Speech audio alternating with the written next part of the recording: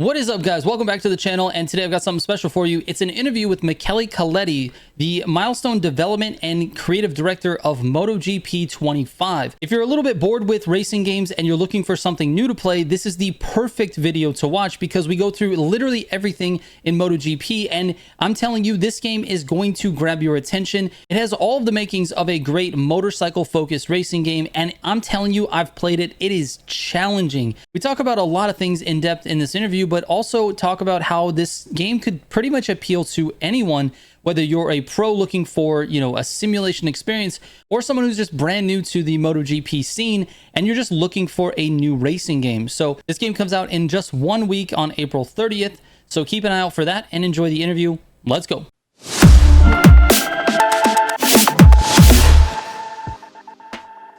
I have to say something first before I get into any questions. I am not a MotoGP expert, okay? I don't really know anything about the sport in real life or in the game, but there is one thing that caught my eye when you guys sent me over some, maybe some things that we wanted to cover here in the interview, and that is the arcade experience. So I want to get to that, but maybe we should just start with a little bit about MotoGP, the franchise. What is the main selling point for this game? MotoGP is the top-notch road racing category. It's based on prototypes where the major brands from Japan and Italy are participating, where the best riders in the world race. So it's motorcycle at the maximum level you can imagine. From technical point of view, from the skills point of view, from the spectacular point of view.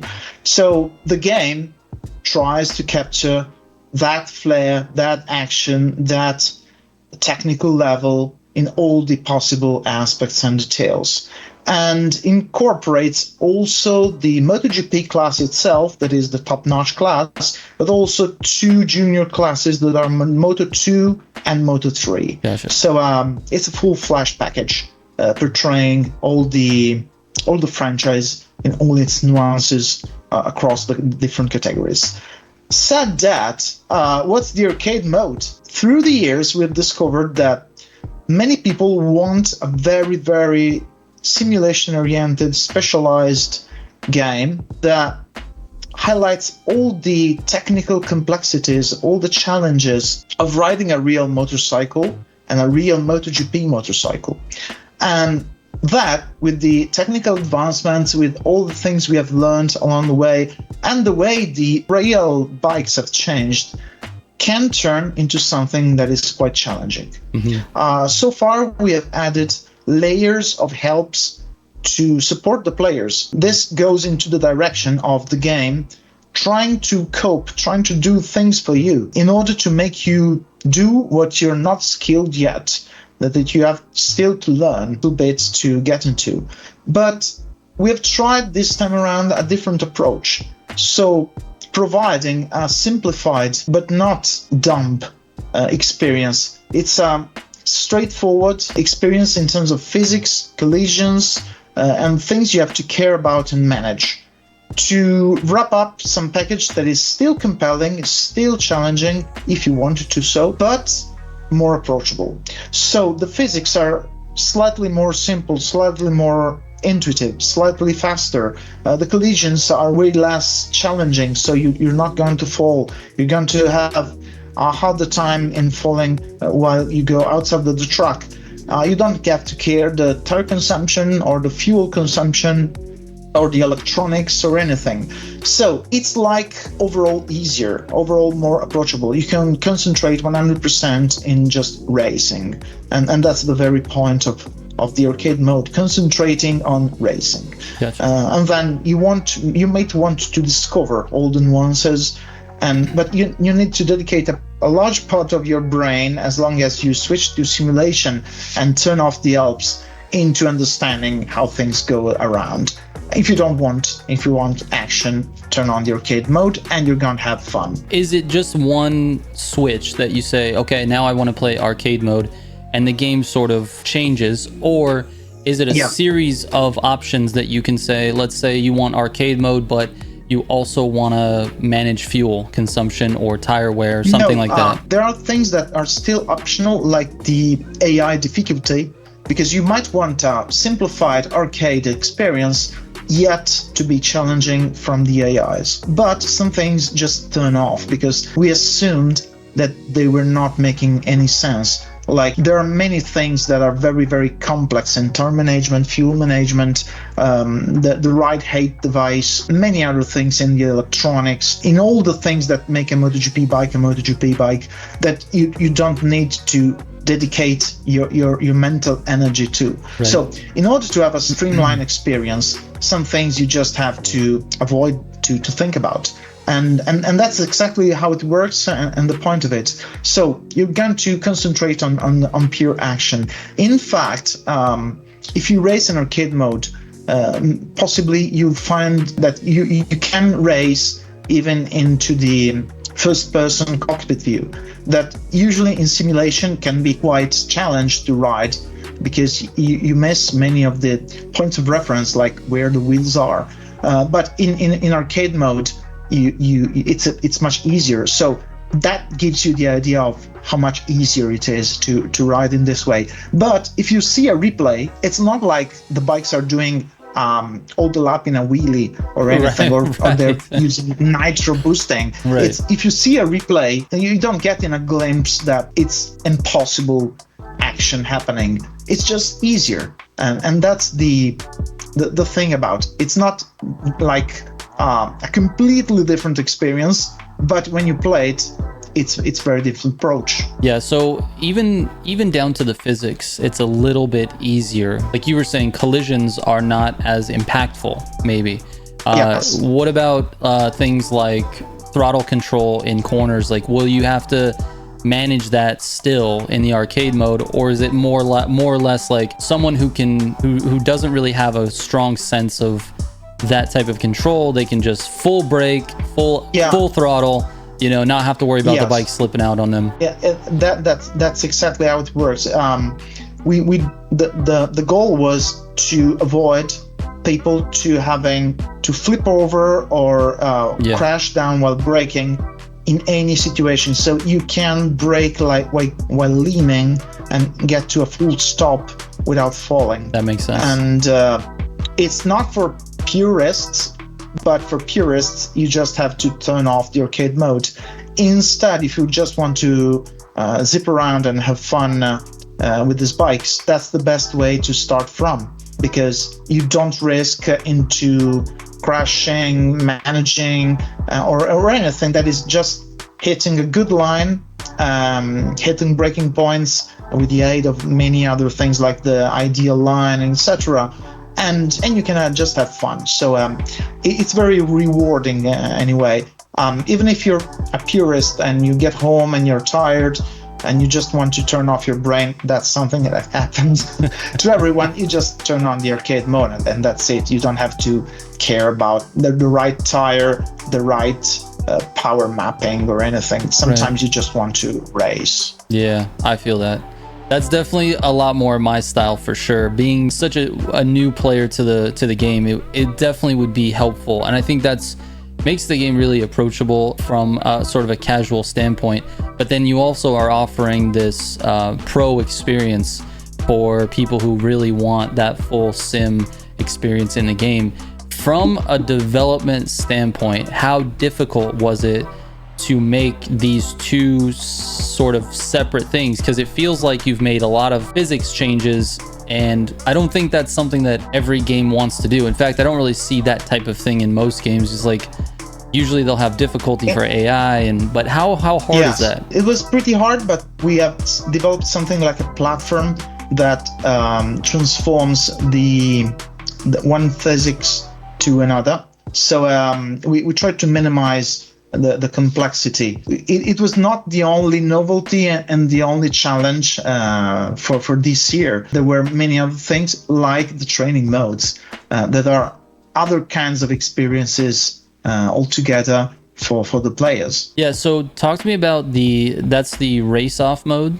Is that what you're referencing? Talk to me about the race off modes, because I noticed in the trailer you have like some dirt track and things like that too, and then mini bikes, things like that. So talk to me about those modes and what's the purpose of that. The idea is that real riders between races do some training, lots of training, friendly races. We took a heavy inspiration from things like the Valentino Rossi's ranch, where he has this dirt track event now and then every year. So the idea is that those riders cannot stay outside of the racetrack, whatever it is, and they cannot stay down off a bike. So what do they do? They do different things. They do flat track, they do supermoto, they do mini bikes, and we tried to incorporate all of these three disciplines with 2 tracks each in 2 different locations. So you can just use those extra game modes, or you can find them into the career where between races we'll jump out some events that will be proposed, and you can decide to tackle them. And this has an influence to the rivalry with the other riders. So it's just fun, but also has some influence with the relationships with the other riders. It's very interesting because in the very same way that the real riders do this to have a different view on riding, because all of these are admittedly less challenging than a MotoGP, sure, but very different. Like you slide more, you have a more nimble bike, you have a faster left-right direction change. So it puts you onto a different challenge, and, right, and it's nice, and it's very nice to interleave the job of doing the races to a more light-hearted approach of different challenges and different bikes. So it's one of the major novelties of this year. That's awesome. It seems like they're like training, but not necessarily training for specifically for MotoGP, but just overall being on 2 wheels and being aware of all the situations that could occur.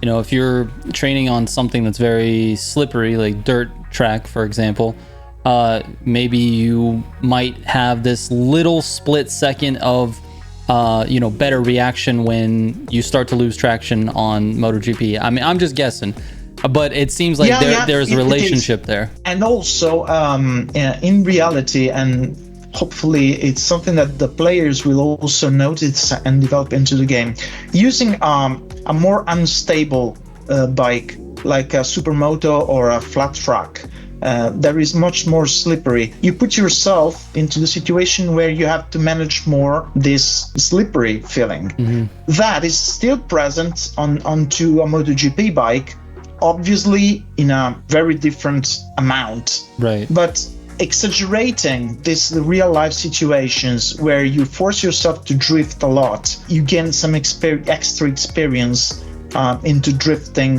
when it's required on the MotoGP bikes. Right. So it's like specifically training a specific skill that you can put into use in a racing condition. Right. Yeah, that's super. I would imagine it's super valuable for the riders, and it's neat that you've sort of integrated that off track, which is, I'm guessing the name Race Off came from, sort of those off track experiences into the game.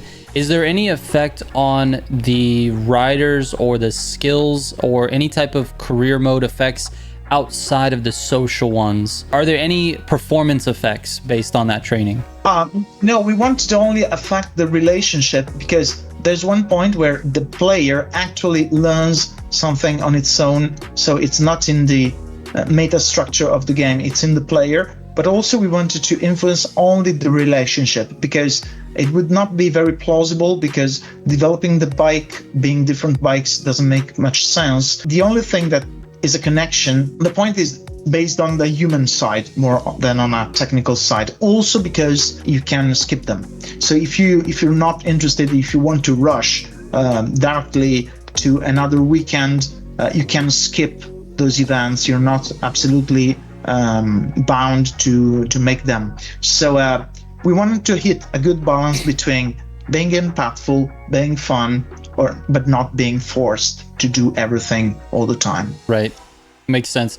So like if you have an epic battle with one of the riders on a flat track, and then there's some social interaction, that rider might be more of a rival on race day in MotoGP, something like that. Or might be, if you have a fair race, instead it might be less aggressive and more fair against you.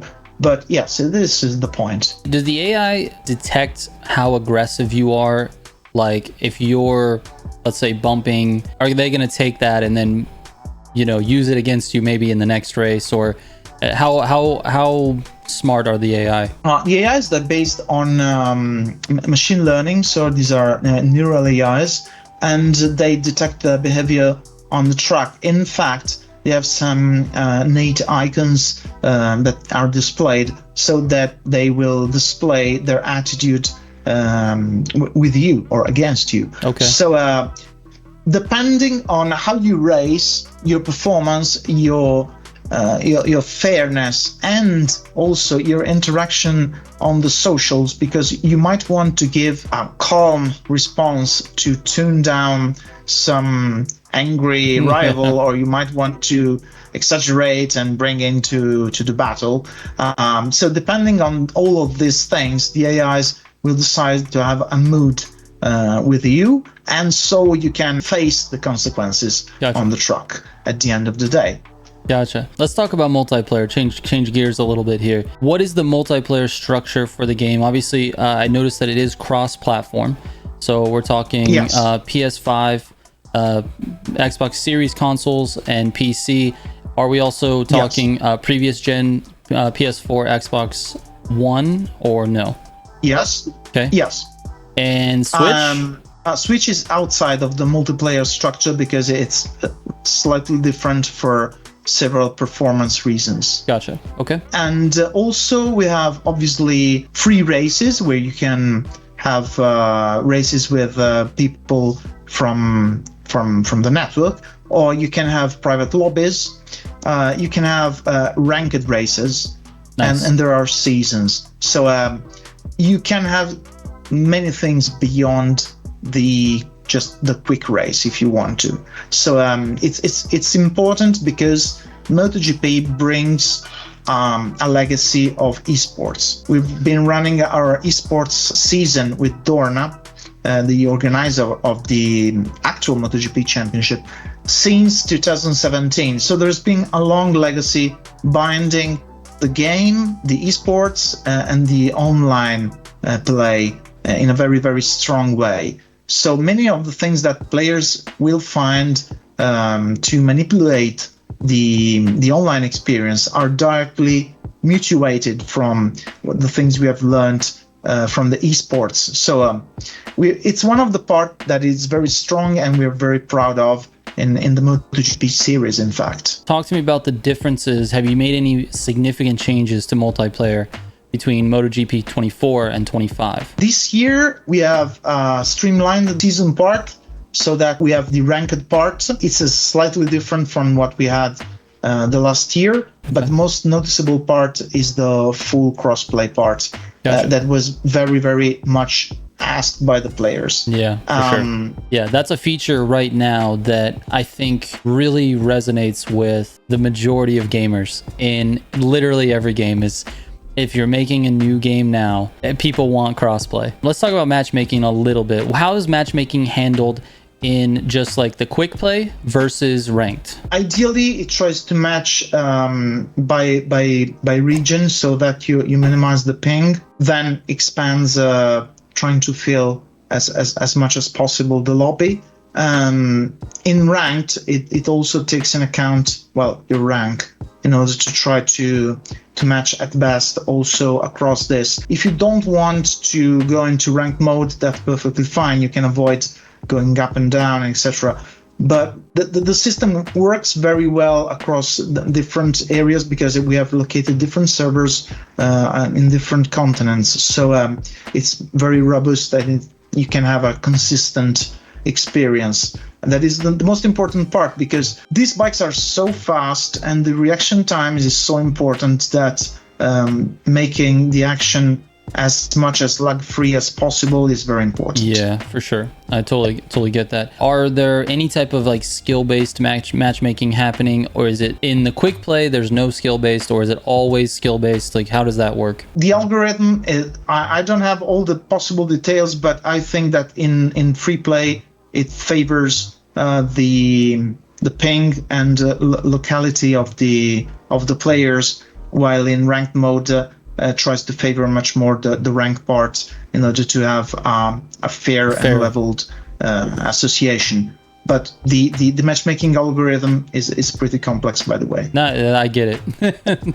There's lots of things that go into figuring out a ranked player and their actual skill. Like, how do you measure that? It's so difficult because it's more than just, you know, maybe their race results. So it's complicated by the fact that you have to take into account to penalize those who just bail out, leaving the match, not to have any point drop, or you not have to penalize those who inadvertently drop out of the match because of connection issues that can happen anytime. So fairly complicated, but we're trying to make a fair and usable way to do it. Yeah, let's switch gears a little bit, talk about the helmet editor. So there you have the ability to edit your helmet, and you have stickers and stuff like. So what's is that new for 25? No, we always try to improve a little bit and to fine tune some details, but it's been around for quite of a while. But it's a cool feature nonetheless, because you can create, as you were saying, your stickers, or just go and edit your helmet. The stickers are used because you might want to replicate some designs over multiple helmets. So it's quite handy to be able to design your personal logo, for example, and then to print it across different helmets to have your signature creation. Also, you can share them online. You can download the best helmets that the other players do, and every year they do things that are quite amazing. They usually replicate the helmets of the old riders from the past. I don't know, some Valentino Rossi helmet. Yeah. Or they create the special helmets, cannot be into the game because the game gets out early in the season. So maybe along the way someone uses some special helmets or whatever, or they create their own weird designs. Right. So you can find some incredible stuff there. Also, the esports riders create their own helmets, and then we inject those designs into the build. So it's been very, very used as a tool to be expressive of who you are and your personality, because basically the helmet is the place where the riders showcase who they are. Also, for the helmet design, we've been running last year, and we're going to run even this year a contest involving players and a real MotoGP rider. We're going to open up the contest, call to action the players to design on a specific model their ideas, their designs, and then we and the one MotoGP rider will choose one design to be realized in practice and raced actually with a real helmet. Really? And yeah. Last year was Marek Vinales, and we'll see who's going to be this year around. But it's one of the things we like to create a connection between the game and the real world. So one of the cool things we've been able to do. It's neat that that's in there, because it says to me that you guys are ingrained in the culture of MotoGP, and you are doing your best to stay true to that culture when making the game, and it's good to see. Very good to see. Talking about things like trying to stay true, there are some novelties that we have introduced, or some major improvements, like the audio, because we've been able to re-record the bikes and to make the audio more faithful. This was one of the things by popular request, but you can imagine how hard it can be to record the MotoGP bikes, because they're prototypes. They're worth, I'm not joking, few millions each. That's insane. So you can hardly put some hands on those trying to stick a microphone. So it's one of the things you cannot do all the years, but we've been able to do it. And we worked a little bit the way the player does the bike development, because these bikes are allowed to do some of the developments during the season, where you can direction your engineers to do so. And we have introduced something like a debriefing, a technical meeting, where your engineer will ask you some questions and you're going to answer in trying to address the development points of the bike. So instead of saying, I'm going to invest 5 points in acceleration, maybe the point is not acceleration. Maybe you just want to have a faster bike, but maybe the engine is not the answer. Maybe you need a better traction, and the better traction comes from the electronics. So the engineer will ask you into the game, where are the points you feel weak from the technical point of view, and we'll try to figure out where are the development points. So this is one of the things we have introduced this year. Yeah, that's awesome. That's, again, just making players think a little bit more like a MotoGP racer. You know, that's awesome. Yeah. That is very cool. What is the thing that really differentiates the game from every other motorcycle focused game? It's a game that I think successfully captures one of the most extreme sports in the world. There are other games that are more easygoing. We make the Ride franchise, for example, that can be challenging, but portrays road-going bikes, so production bikes. These are extreme bikes, and you can have an understanding about how much extreme they are. This game can offer a challenge and a faithful representation of this world. It's not a friendly race. It's not a walk in the woods. It's something that can be brutal. It can be relentless on you. And if you wanted to have this kind of full-fledged experience, even teaches you about how the things they work, managing the setup of the bike, managing the electronics, managing the tire compound, managing all the electronics also during the race. It's one of the things that you maybe don't get immediately, but gives all the depth and all the details that this competition has to offer. It's the top notch. It's the best of the best. And we try to make a faithful picture of this. Understood. Loud and clear. Is there anything else you want to tell the audience? Anything that's up and coming, or anything about the game? Yeah, it's a game that it's pretty rich of content. So we've added some more things like podium emotes. You can customize your podium action when you win. Nice. It's one of the things that are new and are just a funny moment. Then we've also implemented one-hand control. So you can actually control only with one hand, the right or the left one. If you have a need for such support, it's there to also favor those who just need this kind of thing. And it's one of the little details that we feel that are helpful and important. Yeah. And the game gets released on the 30th of April. There's going to be a day one patch with the all updated MotoGP bikes. There's a huge effort into delivering updated content into the game, including, for example, the Balaton Ring, that is the new track that is going to be raced. It's not been raced yet in the championship calendar, and we're going to include it this year. So we try to stick to reality as much as possible and as quickly as possible. Yeah, so the players get to race that track before the actual riders and the championship do. Yeah.